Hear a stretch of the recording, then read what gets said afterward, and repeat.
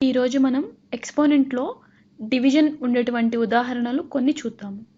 5/6/5² ఎంతకి సమానము? ఎక్స్పోనెంట్ అంటే ఏమిటి అని అర్థమయ్యేలా దీనిని వ్రాద్దాము. 5 × 5 × 5 × 5 × 5 × 5 5ని 6 టైమ్స్ వ్రాసి డివైడెడ్ బై 5 × 5 5ని 2 టైమ్స్ వ్రాయాలి. ఇక్కడ న్యూమరేటర్లో ఒక 5ని డినామినేటర్లో ఒక 5ని కొట్టివేయవచ్చు. అలాగే న్యూమరేటర్లో ఇంకొక 5ని డినామినేటర్లో ఇంకొక 5ని కూడా కొట్టివేయవచ్చు. మనకి ఇప్పుడు ఎన్ని 5లు మిగిలాయి? న్యూమరేటర్లో 4 5లు మిగిలాయి, డినామినేటర్లో 1 మిగిలింది. దీనిని 5/4గా వ్రాయవచ్చు. మనం ప్రాబ్లంని మొదలుపెట్టినప్పుడు 6 5లు న్యూమరేటర్లో ఉన్నాయి. వాటిని 2 5లు డినామినేటర్లో ఉన్న వాటితో కొట్టేస్తే మనకి 4 5లు న్యూమరేటర్లో మిగిలాయి. దీనిని 5/6 - 2గా వ్రాయవచ్చు. అంటే 5 పవర్ న్యూమరేటర్ పవర్లోంచి డినామినేటర్ పవర్ని తీసివేస్తే 5/4 వస్తుంది. 5/6 × 5² మనం 5/6 + 2గా వ్రాయవచ్చు అని లాస్ట్ వీడియోలో తెలుసుకున్నాం కదా, గుర్తుందా? అలాగే ఇప్పుడు 5/6/5² = 5/6 - 2గా వ్రాయవచ్చు అని నేర్చుకున్నాము. ఇది 5/4 వస్తుంది. ఇందాక ఒకటి ఉదాహరణలో 6 + 2కి 5/8 వస్తుంది, అవునా? కావున మనకి బేసెస్ సేమ్గా ఉండి గుణిస్తే ఎక్స్పోనెంట్స్ని కూడాలి. అలాగే బేసెస్ సేమ్గా ఉండి భాగిస్తే మనం డినామినేటర్ ఎక్స్పోనెంట్ని న్యూమరేటర్ ఎక్స్పోనెంట్లోంచి తీసివేయాలి. ఇప్పుడు మనం దీనిని క్లియర్గా అర్థం చేసుకోవడానికి ఇంకొన్ని ఉదాహరణలు చూద్దాం. ఉదాహరణకు 6/7/6³ తీసుకుంటే దీనిని 6/7 - 3 = 6/4గా వ్రాయవచ్చు. లేదా ఈ వీడియో మొదట్లో లాగే 7 సార్లు 6ని వ్రాసి అలా అయినా చేయవచ్చు. ఇప్పుడు ఇంకొన్ని ఉదాహరణలు చూద్దాము.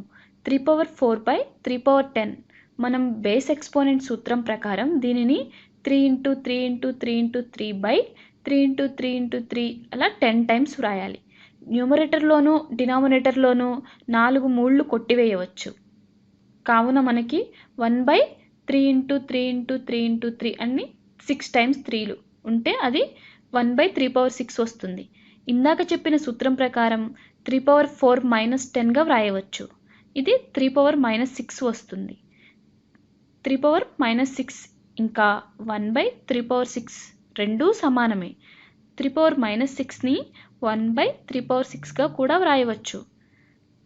తర్వాత చేసే ఉదాహరణలో దీనిని ఎక్కువగా వాడతాము.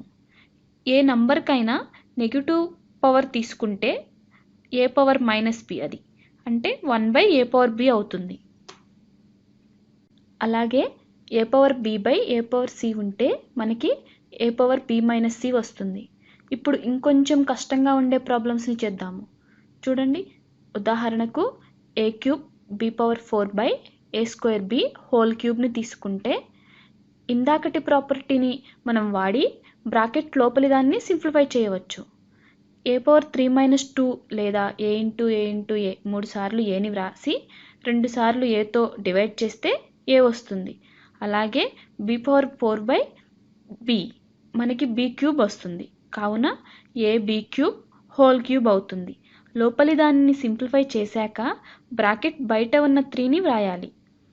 ఏలను సింప్లిఫై చేస్తే ఈ a వచ్చింది. కాబట్టి దేనికి ఏది వ్రాసామని క్లియర్గా మనకి అర్థమవుతుంది. ఇప్పుడు మనం బ్రాకెట్ బయట ఉన్న 3ని లోపలి ఉన్న వాటికి పవర్ లాగా వ్రాద్దాము. మనకి a³ × b³ వస్తుంది. ఇది a³ × b⁹9 అవుతుంది. ఇప్పుడు మనం ఇంకొక ఉదాహరణని చూద్దామా? 25xy/6/20y5x².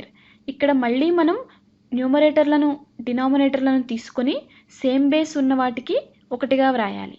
అప్పుడు 25/20 × x/x² y6/y5. మనం నేర్చుకున్న సూత్రాన్ని దీనికి అన్వయిద్దాము.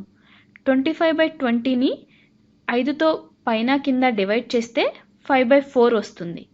ఎక్స్ పవర్ 1/x² తీసుకుంటే ఎక్స్ పవర్ 1 - 2 అంటే ఎక్స్ పవర్ -1 = 1/x వస్తుంది.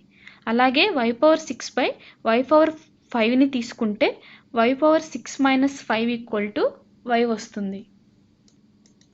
ఇవి అన్నిటినీ కలిపి వ్రాస్తే 5/4 × 1/x × y.